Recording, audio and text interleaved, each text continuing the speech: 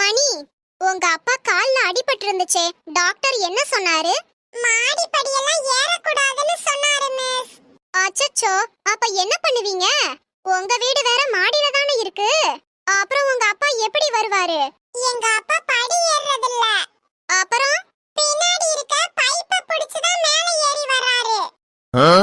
இதுக்கு படியே ஏறி இருக்கலாமே. நமச்சி, காலையில ஏன் கொரியர்காரவங்க கூட சண்டை போட்டுக்கிட்டு இருந்தா? அத ஏன் மிஸ் கேக்குறீங்க? கொரியர்காரன் ஷிப்பிங் சார்ஜ் வாங்குனா, அப்போ ஷிப்ல தானே வந்து டெலிவரி பண்ணனும். அத விட்டுட்டு டூ வீலர்ல வந்து டெலிவரி பண்ணா. அதான் புடிச்சு சத்தம் போட்டுக்கிட்டு இருந்தேன். அடச்சி. மணி, நேத்து நைட் பூரா நான் பார்த்தேன். நீ ஆன்லைன்ல தான் இருந்த. படிக்கிறத விட்டுட்டு போனை நோண்டிக்கிட்டு இருந்தியா மணி? இல்ல மிஸ். பொய் சொல்லாத. நீ ஆன்லைன்ல இருந்தத நான் தான் பார்த்தேன்னு சொல்றேன்ல.